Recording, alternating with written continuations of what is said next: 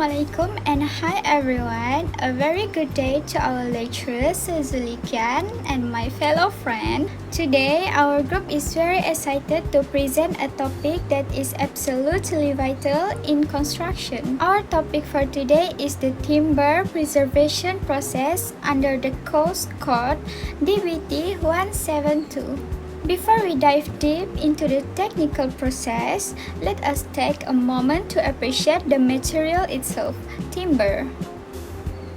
For 1,000 years, women have used timber to build homes, bridges, boats, and furniture. Even today, in the modern world of advanced technology, concrete and steel, timber remains highly popular. Why? Because it is beautiful, it is natural, it is lightweight, and it is sustainable resource that is friendly to our environment. When we look at the finished wooden structure, it looks solid and perfect. But under the surface, timber has a major weakness that we cannot ignore. Can you imagine we spend $1,000 to build a beautiful wooden structure just to watch it collapse after a few years because termites ate it from the inside out? Or maybe because rain moisture caused it to decay? This is a massive problem in our construction and engineering industry. We need wood to last for decades, not just a few years. So, what exactly timber preservation? In simple words, it is a chemical treatment process. We apply special chemical substance called preservative into the timber. The goal here is very straightforward. We want to make a wood toxic to pests and fungi while making it highly resistant to weather damage. By doing this, we extend the lifespan of timber by 5 to 10 times longer than untreated wood. It turns a temporary material into a permanent. In our video presentation today, our group will take you through the complete journey of how this is done. The objective of the timber preservation process are to extend the life of wood and ensure it to maintain its structural durability. Other than that, to achieve this kind of objective, we need to apply treatments that function to protect the timber from insects and fungi attacks.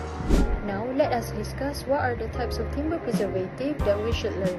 There are 5 types of preservative that we need to know, which are ASU treatment, chemical salts, coal tar, oil paints, and solignin paints.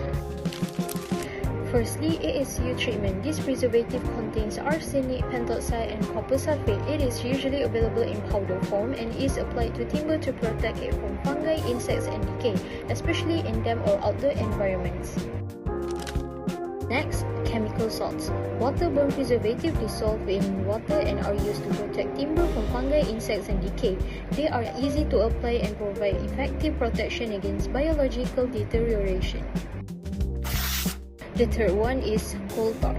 This preservative has an unpleasant smell and appearance, so it is mainly used for less important work. It provides basic protection against fire hazard, but is not suitable for decorative purposes.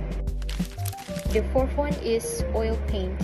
It usually requires only 2 or 3 coats and help protect timber from moisture. It is more durable and commonly used for surface protection rather than deep penetration. It also gives timber a finished appearance. Lastly is solignin paints. It protects timber from white ants and insects. It contains toxic chemicals and gives long-lasting protection when applied to wood surfaces. Okay, so next is method of preservation. Method of preservation has many types of methods. For instance, brushing, spraying, dipping and stamping, and lastly will be injecting under pressure. So firstly is brushing. For brushing, it is known as the simplest method among others. The method used by dipping the brush in the preservative and brush it over the timber surface. However, if there are any crack on the timber, it should be filled with alternative materials first before applying the preservation on the surface. Secondly is spraying. So spraying also known as the simplest method other than brushing. So what we need to do first is fill the sprayer with the preservative and spray it on the timber surface. But before spraying, we need to make sure the timber surface clean. So thirdly is dipping and steeping. So we need to stand by a tank that is filled with the preservative.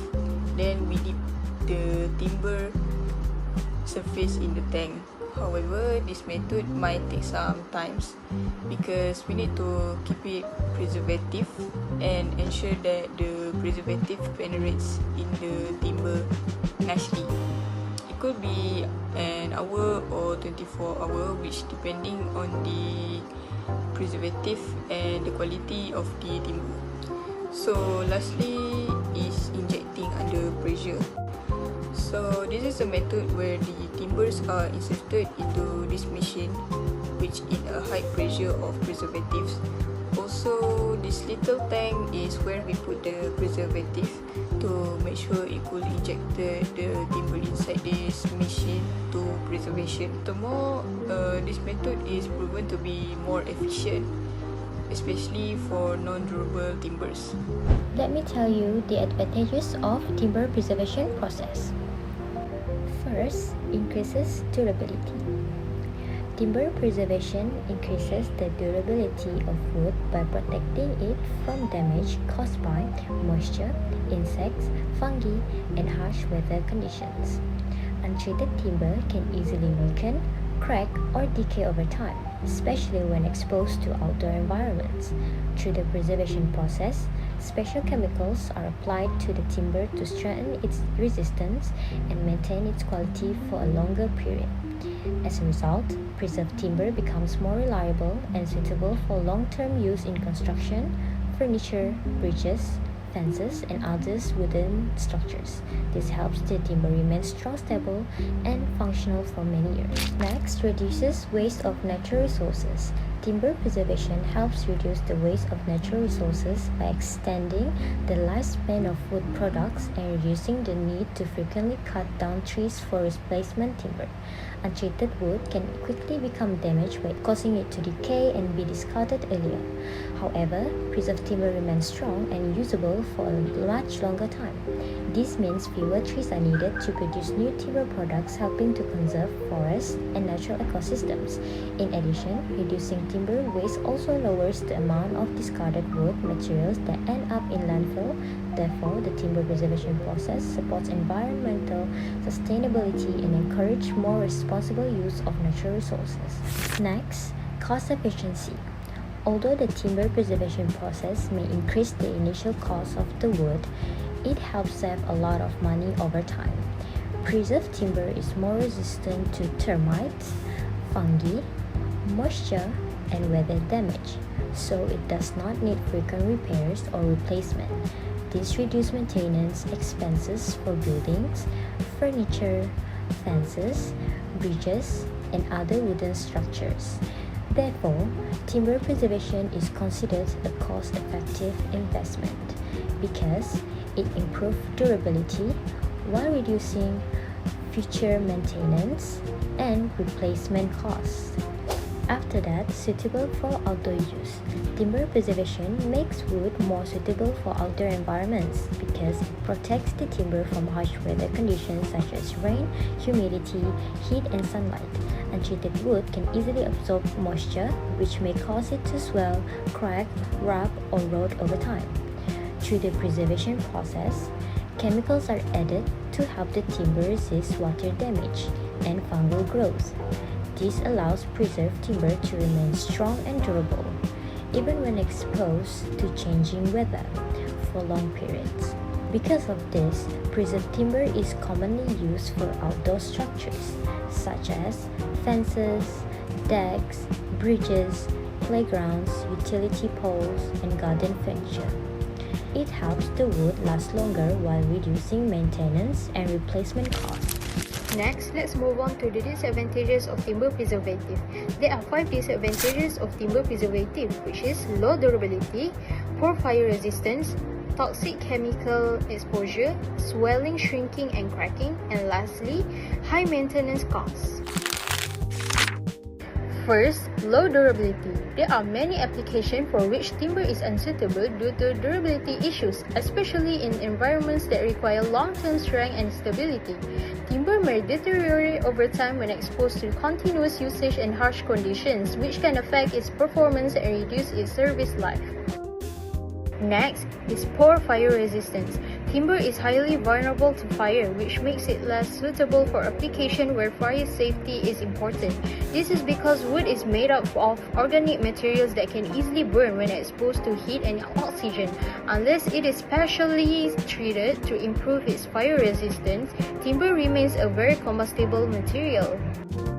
Now, toxic chemical exposure. Timber can deteriorate if it is not properly treated or installed. Without seasoning and preservative, it is prone to mold, decay, and attacks from fungi, termites, and other pests, which can weaken its structure over time.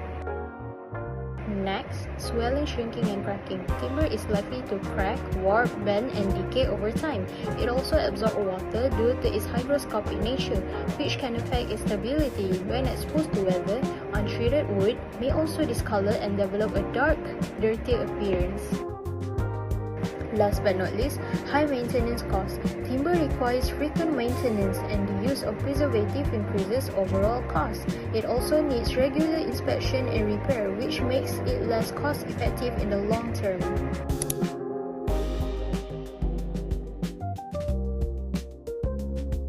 And that's bring us to the final part of our presentation for today. We have covered a lot of ground regarding the timber preservation process, so let us briefly summarize the most important points we have learned. First, we look at the main enemies of timber, which is moisture, fungi, and insects like termites. We learned that leaving timber untreated in construction is a major risk. The second one is we discuss the solution, which is chemical preservation. Our group explained the different types of preservative such as water and oil-borne chemical. And finally, we explore the methods of application, especially the high-pressure vacuum, which is force the chemical deep into the wood cells for maximum long-lasting protection. Every single step in this process is crucial to ensure that the timber we use is strong, durable, and safe. But beyond the chemicals and machinery, why does timber preservation actually matter to us as future construction professionals? The answer is sustainability and economy. From an economy perspective, using preserved timber saves $billions in maintenance and replacement costs. It ensures that building, bridge, and roof last for decades without failing. From an environmental perspective, timber preservation actually helps our forests. Think about it. If untreated woods roots every 5 years, we have to cut down more trees to replace it. But if we preserve the timber so it lasts for 50 years, we reduce the demand of logging. It allows us to use timber as a green, renewable, and eco-friendly material for sustainable construction. To wrap up our presentation for DBT172, we can confidently say that timber preservation is the perfect bridge between nature and engineering. It takes a beautiful nature material and gives it the engineering strength it needs to stand the test of the time. Before we end, we would like to say a huge thank you to our lecturer and our friends for the guidance throughout this project, and to all of you for watching and listening to our presentation today.